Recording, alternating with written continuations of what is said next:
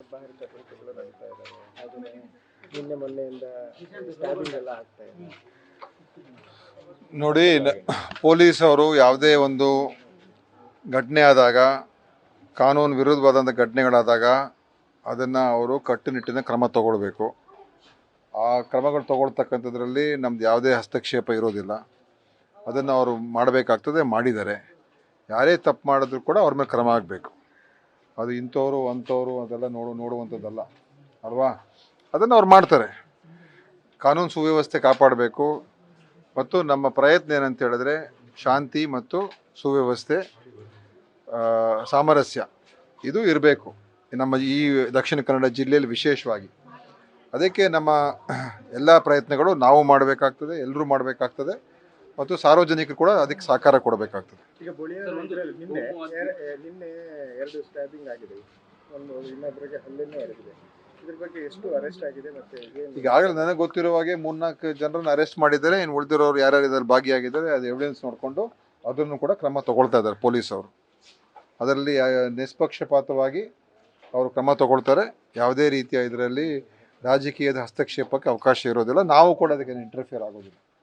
ಹೋಮೋಧಿಕತೆ ತಡೆಯಲಿಕ್ಕೆ ಒಂದು ವಿಂಗ್ ಮಾಡ್ತೇನೆ ಅಂತ ಹೇಳಿದ್ರು, ಕಾರ್ಯನಿರ್ವಹಿಸ್ತಾ ಇದೆ. ಅಂದ್ರೆ ಆರಂಭದಲ್ಲಿ ಸರ್ಕಾರ ಬಂದ ಆರಂಭದಲ್ಲಿ ಹೇಳ್ತಾ ಇದ್ದೀನಿ. ಅದೇ ಅದು ಗೃಹ ಸಚಿವರು ಅದೊಂದು ಮಾಡ್ತೀವಿ ಅಂತ ಹೇಳಿ ಆ್ಯಂಟಿ ಕಮ್ಯುನಲ್ ವಿಂಗ್ ಮಾಡ್ತೀವಿ ಅಂತ ಹೇಳಿದ್ದಾರೆ.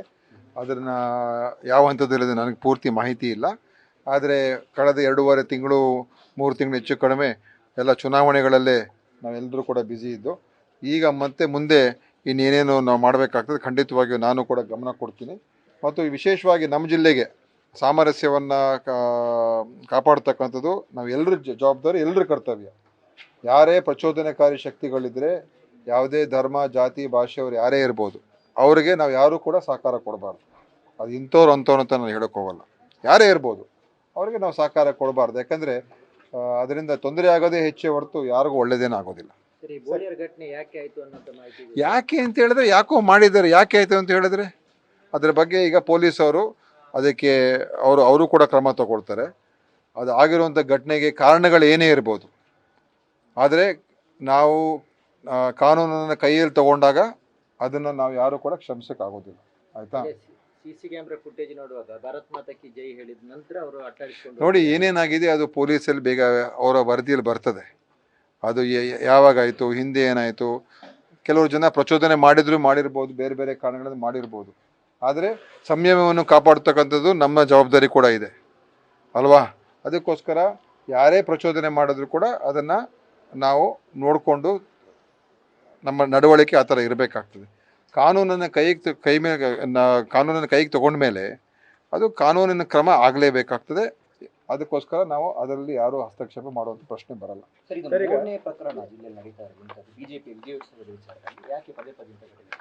ಮೂರನೇ ಪ್ರಕರಣ ಅಂತ ನಾನು ಇದೊಂದು ಪ್ರಕರಣ ಗೊತ್ತಿದೆ, ಇದಾಗಿದೆ ಅಂತ. ಇದರ ಮೇಲೆ ಕ್ರಮ ತಗೊಂಡಿದ್ದಾರೆ. ಇನ್ನೊಂದು ಕಡೆನೂ ಕೂಡ ಯಾರೋ ಇಬ್ಬರ ಮೇಲೆ ಮಾತುಕತೆಯಾಗಿ ಅವರಿಬ್ಬರ ಮೇಲೆ ಘರ್ಷಣೆ ಆಯಿತು ಅಂತ ಅದರಲ್ಲೂ ಕೂಡ ಪೊಲೀಸರು ಕೇಸ್ ತಗೊಂಡಿದ್ದಾರೆ. ಅದರಿಂದ ಇದು ಇಂಥವರು ಇಂಥ ಘಟನೆಗಳಾದಾಗ ನಾವು ನ್ಯೂಟ್ರಲ್ ಆಗಿರಬೇಕು. ಸರ್ಕಾರ ನ್ಯೂಟ್ರಲ್ ಆಗಿರಬೇಕು, ರಾಜಕಾರಣಿಗಳು ನ್ಯೂಟ್ರಲ್ ಆಗಿರಬೇಕು. ನಾವು ಅದನ್ನು ಆ ಕೆಲಸವನ್ನು ನಾವು ಮಾಡ್ತೀವಿ. ಸರ್, ಈಗ ಅಕ್ರಮ ಮರಳುಗಾರಿಕೆ ತರಗತಿ ಏನು ಕ್ರಮ? ಈಗ ನಾನು ಇವತ್ತೆಲ್ಲ ಮೀಟಿಂಗ್ ಮಾಡಿದ್ದೀನಿ. ಈಗಾಗಲೇ ಪ್ರೆಸ್ ಕಾನ್ಫರೆನ್ಸಲ್ಲೆಲ್ಲ ಹೇಳಾಗಿದೆ. ಇದಕ್ಕೆ ಒಂದು ಅಕ್ರಮ ಮರಳು ಅದು ಗಣಿಗಾರಿಕೆ ಏನಿದೆ ಅದು ಒಂದು ಭಾಳ ಒಂದು ವಿಶೇಷವಾದಂಥ ಒಂದು ಸನ್ನಿವೇಶ. ಯಾಕಂತ ಹೇಳಿದ್ರೆ ಬೇಡಿಕೆ ಒಂದು ಕಡೆ ಇದೆ, ಮತ್ತು ಈ CRZ ಮರಳಿಗೆ ಎಲ್ಲೂ ಕೂಡ ಅವಕಾಶ ಇಲ್ಲ, ಕಾನೂನಿನ ಅವಕಾಶ ಇಲ್ಲ. ಕಾನೂನಿನ ರೀತಿ CRZ ಮರಳು ಗಣಿಗಾರಿಕೆ ಮಾಡೋದಕ್ಕೆ ನಮ್ಮ ಪ್ರಯತ್ನ ನಾವು ಮಾಡ್ತಾ ಇದ್ದೀವಿ. ಮೊನ್ನೆ ಕೂಡ ಬೆಂಗಳೂರಿನಲ್ಲಿ ಮೀಟಿಂಗ್ ಮಾಡಿದ್ದೀವಿ. ಅದಕ್ಕೆ ಕೆಲವು ವಿಚಾರಗಳು ಅವರು ಕೂಡ ಹೇಳಿದ್ದಾರೆ. ಅದೆಲ್ಲವೂ ಕೂಡ ಪೂರೈಸಿದ ನಂತರ ಅಧಿಕೃತವಾಗಿ ನಮಗೆ ಪರ್ಮಿಷನ್ ಸಿಗ್ತದೆ. ಈಗ ನಾನ್ CRZ ಅಲ್ಲಿ ಮರಳಿದೆ, ಅದಕ್ಕೆ ಬೇಡಿಕೆ ಇಲ್ಲ. ಸೊ ಇದರಲ್ಲಿ ಆದರೆ ಈಗ ಇರುವಂಥದ್ರಲ್ಲಿ ಯಾರು ಕಾನೂನು ಬಾಹಿರವಾಗಿ ಕ್ರಮ ಈ ಗಣಿಗಾರಿಕೆ ಮರಳು ಗಣಿಗಾರಿಕೆ ಮಾಡ್ತಾ ಇದ್ದಾರೆ ಅಂಥವ್ರ ಮೇಲೆ ಕಟ್ಟುನಿಟ್ಟಿನ ಕ್ರಮ ಆಗಬೇಕು.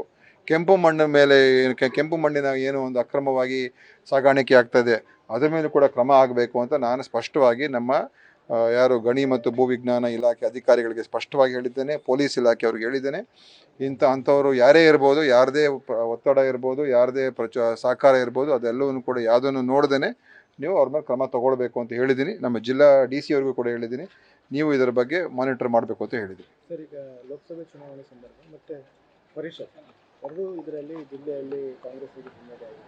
ಅದ್ರ ಬಗ್ಗೆ ವಿಮರ್ಶೆ ಯಾಕಾಯಿತು? ಅದ್ರ ಬಗ್ಗೆ ಏನಾದರೂ ನೋಡಿ, ಆತ್ಮಾವಲೋಕನ ಏನಾದರೂ ಸಭೆ ಆತ್ಮಾವಲೋಕನ ಮಾಡೋಣ. ಲೋಕಸಭಾ ಚುನಾವಣೆಯ ಸೋಲು ಮತ್ತು ವಿಧಾನ ಪರಿಷತ್ತು, ಈ ವಿಧಾನ ಪರಿಷತ್ತಲ್ಲಿ ನಾವೇನು ಮೊದಲೇ ಗೆಲ್ತೀವಿ ಅಂತ ನಾವೇನು ಹೇಳಿರಲಿಲ್ಲ. ಕಷ್ಟ ಇದೆ ಅಂತ ಗೊತ್ತಿತ್ತು. ಲೋಕಸಭೆನೂ ಕೂಡ ನಾವು ಗೆಲ್ತೀವಿ ಅಂತ ಏನು ಹೇಳಿರಲಿಲ್ಲ. ಆದರೆ ನಮಗೂ ಅವ್ರಿಗೂ ಅಂತರ ಕಮ್ಮಿ ಆಗಿದೆ.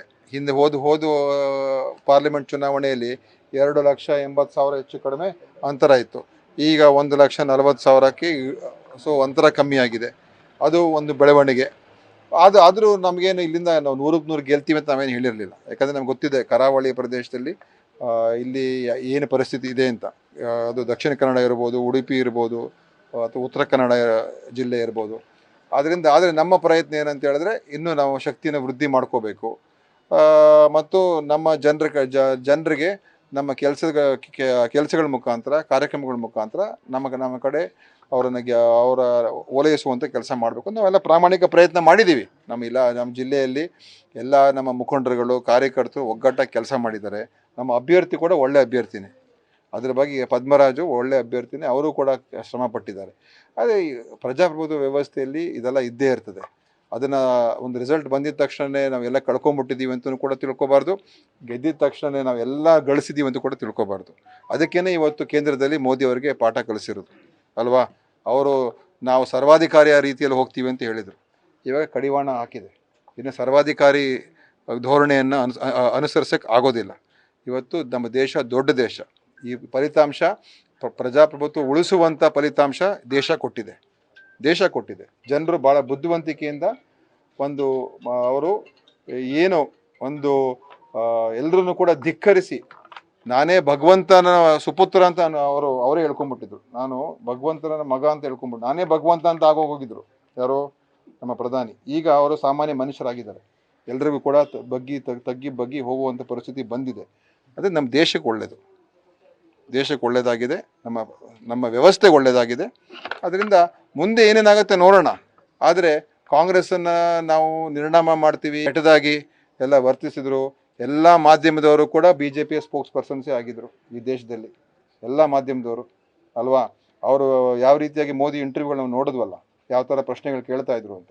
ಮೋದಿಯವರು ಮಾಧ್ಯಮದವ್ರನ್ನ ಅವರನ್ನೇ ಆ ಇಂಟರ್ವ್ಯೂಲ್ಲೇ ಮೋದಿಯವರು ಮಾಧ್ಯಮದವ್ರನ್ನ ತೆಗಳ್ತಾ ಇದ್ರು. ನೀವೆಲ್ಲ ಸರಿ ಇಲ್ಲ, ನೀವೆಲ್ಲ ಬುಸ್ದಿಲ್ಲ ಅಂತಲೇ ಕರೆದ್ರು. ಆದರೂ ಮಾಧ್ಯಮದವ್ರು ಏನು ಹೇಳಿಲ್ಲ ಅವ್ರಿಗೆ ಅಲ್ವಾ. ಸೊ ನಾವು ಎಲ್ಲ ಎದುರಿಸಿ 100ಕ್ಕೆ ಬಂದಿದ್ದೀವಿ. ಈಗ ಕಾಂಗ್ರೆಸ್ಸು ಮತ್ತೆ ನಿಂತಿದೆ ದೇಶದಲ್ಲಿ.